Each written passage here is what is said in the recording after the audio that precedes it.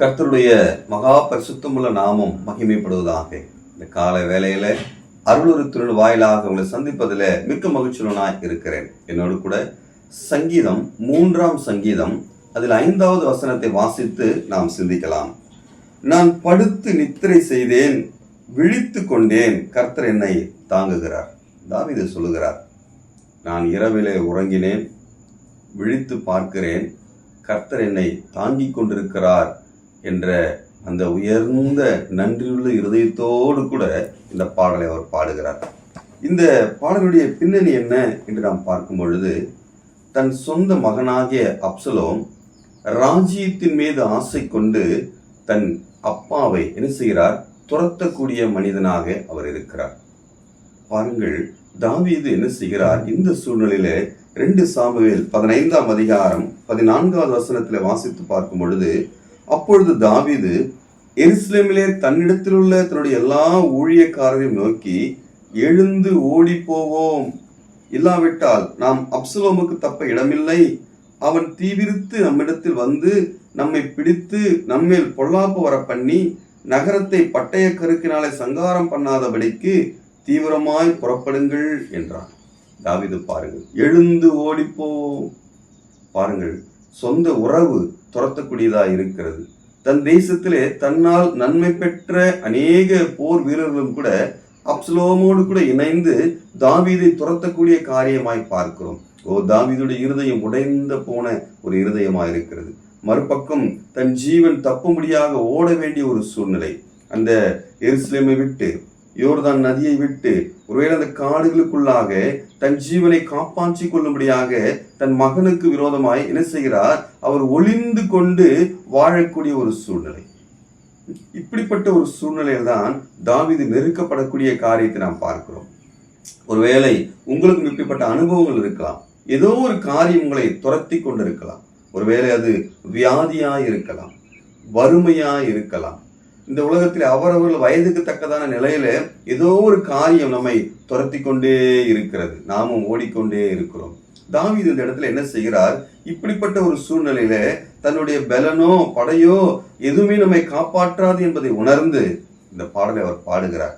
சொல்லக்கூடிய காரியம், தாவீது ஒருவேளை அந்த இரவு வேளையில உறங்குவதற்கு இடம் தேடி இருக்கலாம். ஏதோ விருட்சங்களுக்குள்ளாக மரங்களுக்கு நடுவாக ஒரு மறைந்த ஒரு இடத்தில ஒளிந்து கொண்டு தூங்கும்படியாக அவர் சென்றிருக்கலாம். மறுநாள் விடிந்து உயிரோடு இருப்போமோ என்ற ஒரு கேள்விக்குறிதான் தாவீதுடைய சூழ்நிலை. ஒருவேளை அப்சலோமுடைய படை வீரர்கள் தாவீதை கண்டுபிடித்தால் அவர் என்ன செய்வார்கள்? ஒருவேளை கைது செய்வார்கள், இல்லை என்றால் கொன்று போடுவார்கள். மறுநாள் இருப்பது நிச்சயமற்ற ஒரு வாழ்க்கை. இப்படிப்பட்ட ஒரு சூழ்நிலை தான் தாவீது சொல்லுகிறார். பாருங்கள், 3ஆம் சங்கீதம் 5வது வசனத்திலே, நான் படுத்து நித்திரை செய்தேன், விழித்து கொண்டேன், கர்த்தர் என்னை தாங்குகிறார். நான் உறங்கினேன், ஆனால் காலையிலே விழித்து கொண்டேன். என்ன காரணம்? கர்த்தர் என்னை பாதுகாத்தார், கர்த்தர் என்னை தாங்குகிறார். அவரே எனக்கு இந்த உறக்கத்தையும் மறுநாள் காணும்படியான பாக்கியத்தையும் அவர் கொடுத்திருக்கிறார் என்ற அந்த நன்றியுள்ள இருதயத்தோடு கூட இந்த பாடலை அவர் பாடக்கூடியதை நாம் பார்க்கிறோம். பிரியமானவர்களே, இன்றும் கர்த்தர் தான் நம்மை தாங்குகிறார். பாருங்கள், சங்கீதத்தில் நாம் வாசிக்கிறோம். 145ஆம் சங்கீதம் 14ஆம் வசனத்திலே, கர்த்தரை விழுகிற யாவரையும் தாங்கி மனங்கடிக்கப்பட்ட யாவரையும் தூக்கி விடுகிறார். அப்போ தாவீதுடைய வாழ்க்கையில் நாம் கற்றுக்கொள்ள வேண்டிய காரியம், தன்னை துரத்தக்கூடிய சூழ்நிலையா இருந்தாலும் அவர் என்ன செய்கிறார்? கர்த்தருக்குள்ளாக பாடல்களை பாடக்கூடிய ஒரு தேவ மனிதனாக இருக்கிறார்.